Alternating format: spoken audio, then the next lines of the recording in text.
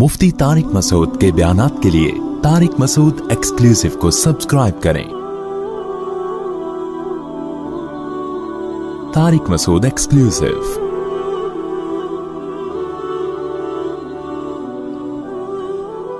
मुफ्ती साहब, मेरी अम्मी का इंतकाल 23 अगस्त 2004 को हुआ। दुआ करवा, दिल से दुआ है जी, अल्लाह ताला आपकी वालदा की मगफिरत फरमाए और आप सबको सब्र जमील की तौफीक अता फरमाए। मेरी अम्मी का इंतकाल जुम्मे के दिन हुआ और अम्मी ने 2 मरतबा कलमा भी पढ़ा था। वफात होने से पहले इसकी क्या फजीलत है?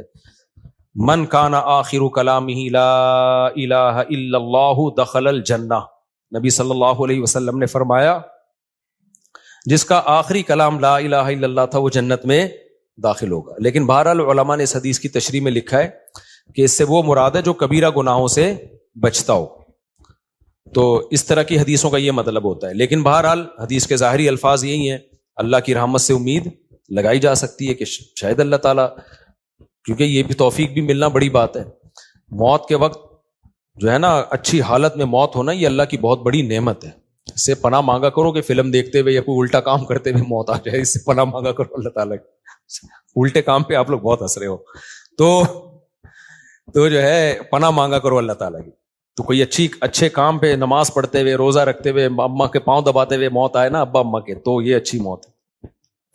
मुफ्ती साहब, ये हो गया मेरे भाई वफात। अच्छा, मैं अपनी वालदा से बहुत अटैच था। मेरी अम्मी कैंसर की मरीजा थी, मैं ही इनकी तमाम देखभाल करता था, कोई नहीं था। मुझे इनके आखिरी लम्हात याद आ रहे हैं।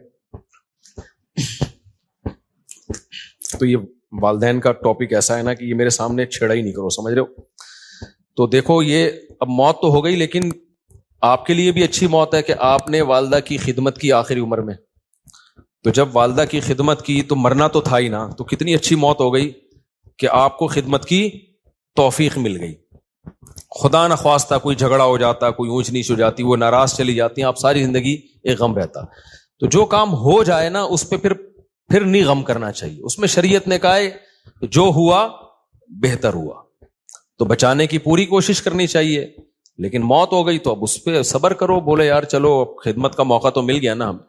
इस्लाम में गम मनाना, सोच सोच के गमगीन होना, इसकी कोई फजीलत नहीं है। इस्लाम में यह कि खुश रहना सीखो। हाँ, अल्लाह की तरफ से कोई गम आ रहा है तो एक अलग बात है। तो इस्लाम आपको गमजदा देखना पसंद नहीं करता, इस्लाम आपको खुश रहना। इस्लाम कहता है बस एक गम होना चाहिए, वो क्या है? आखिरत का। इसकी शरीयत में फजीलत है। बाकी अपनी जिंदगी वो गम लेस बनाओ। आज एक बंदा आया, जैसे बाज खवातीन आती है ना, शौहर बहुत टेंशन दे रहा होता है, मैं उनको कहता हूँ शौहर लेस हो जाओ फौरन। टेंशन लेने का नहीं। मैंने कहा शादी सुकून के लिए की थी ना, जब सुकून ही नहीं मिल रहा तो मियाँ लेस, उसको तलाक मांगो, उससे कोई भी तरीका इख्तियार करो जान छुड़ाने का। तो क्योंकि भाई अपने सुकून के लिए की है ना, टेंशनों के लिए थोड़ी। हाँ, थोड़ी बहुत टेंशन तो हर घर में होती है। इसी तरह एक बंदा आया, वही चमाट वाला ना, एक चमाट लगाया तो बीवी ने 4 चमाट लगा दिए। तो और पता नहीं क्या क्या हो रहा है। आप लोग कभी मेरे साथ खुशबू लगा के आओ, कभी बैठो। अब जाहिर है लोगों के रासफाश होते हैं, इसलिए मैं ये बातें करता नहीं, और मेरा मकसद किसी का मजाक उड़ाना नहीं होता। सबके साथ ऐसा हो सकता है, लेकिन मैं सिर्फ बता रहा हूं कि सोसाइटी, मार्केट में हो, व्हाट्स गोइंग ऑन, मार्केट में हो क्या रहा है।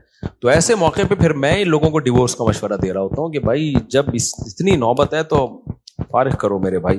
फिर सब्र का फायदा नहीं है ऐसे मौके पे, क्योंकि शादी सुकून के लिए की जाती है। थोड़ी बहुत टेंशनें हर घर में होती हैं, लेकिन टेंशनों की भी एक लिमिट होती है। कुछ भी नहीं सुन रही, अपने आप को मातहती नहीं समझ रही है, तुम्हें उसने खानसामा बनाया हुआ है, उसको समझाने की एक लिमिट होती है। 6 महीने अम्मा के घर बिठा दो, शायद कुछ दिन के बाद हिदायत मिल जाए, फिर भी नहीं मिल रही तो भाई तमीज से अलग इख्तियार करो। तो वजह उसकी है कि अल्लाह ने हमें गमजदा रहने के लिए पैदा बोलो नहीं किया। गम एक ही होना चाहिए, वो कौन सा है? आखिरत। तो खुश रहना चाहिए इंसान को। अल्लाह को खुश लोग क्या है? पसंद है। नबी हजरत अबू हुरैरा ने फरमाया कि नबी सल्लल्लाहु अलैहि वसल्लम ने जब भी मुझे देखा है, जिंदगी में कभी ऐसा नहीं हो कि आपने मुझे देखा और मुस्कुराए ना हो।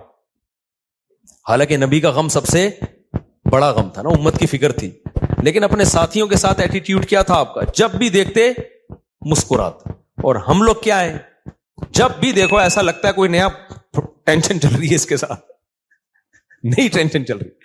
खुश रहना सीखना चाहिए, समझ रहे हो? मुस्कुराते चेहरे से मिला करो, टेंशन फ्री। अमेरिका में $10 की एक छोले की प्लेट मिलती है सुबह नाश्ते में ना, पराठे के साथ, जो لوکل ہوٹل جو پاکستانی کے ہوٹل, $10 کا مطلب پتہ ہے کیا, 2750. مہنگائی وہاں ہے میرے بھائی, یہاں نہیں ہے. یہاں تو چھولے کی پلیٹ فری میں آ رہی ہوتی ہے, پراٹھا خریدو بعض دفعہ ویسی فری میں ڈال کے دے دیتا ہے. آپ ڈالر پہ ترس رہے ہو, تو وہاں خرچہ بھی تو ڈالر میں ہی ہو رہا ہے, سمجھ رہے ہو.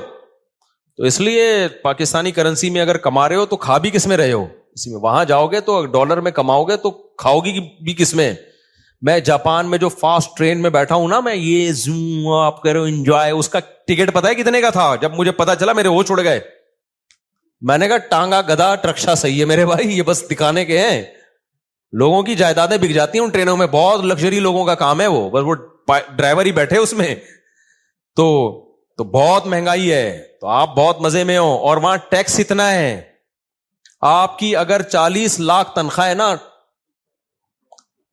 1 کروڑ آپ کی اگر تنخواہ, ایک مثال دے رہا ہوں تاکہ کیلکولیشن آسان ہو, تو 43 لاکھ روپے ٹیکس میں دینے ہیں آپ نے. یہاں اتنا ٹیکس تھوڑی ہے. پھر لوگ اس پہ خوش ہوتے ہیں, ہم ٹیکس دے رہے ہیں لیکن علاج ہمارا فری میں ہے, بچوں کی تعلیم ہماری فری میں. فری میں کہاں ہے؟ 43% تنخواہ کاٹ لی تم سے انہوں نے, اب تمہیں فری میں تھوڑی دے رہے ہیں. آپ کی گورنمنٹ یہاں جتنی مرضی کرپٹ ہے, میں کوئی یہ نہیں کہہ رہا بہت نیک گورنمنٹ, جیسی مرضی ہے, اتنا ٹیکس نہیں ہے میرے بھائی. تنخواہ پوری آ رہی ہے آپ کے پاس, تو اس میں آپ اپنے بچوں کی فیس بھر لیتے ہو, وہ اتنی نہیں ہوتی, 43% نہیں ہوتی, وہ سمجھتے ہو, آپ کے سارے خرچے نکل رہے ہوتے ہیں. نہیں آ رہی میرا خیال ہے بات. اور پھر زکاتیں بھی لوگ دے رہے ہوتے ہیں, تھوڑے سے گھننے بن جاؤ, اگلا پوری جائیداد نکال کے دے دیتا ہے. یہاں تھوڑا سا گھننا بننا آنا چاہیے, بس یہاں پریکٹس کرو تھوڑی سی. تو اس لیے اتنا ٹینشن والا بات نہیں. ہم کیوں وہاں جا کے فوراً واپس آتے ہیں؟ مزہ ہمیں کہاں آتا ہے؟ بہت اچھے کنٹری ہیں, امریکہ بہت اچھا ہے, جاپان بہت اچھا ہے, مزہ ہمیں کراچی میں ہی آتا ہے. اور یہ جو میں نے ابھی بیان میں کہا نا کہ خاموش, بالکل خاموش, یہ 4 دن خاموشی اچھی لگتی ہے, اس کے بعد کاٹنے لگتی ہے.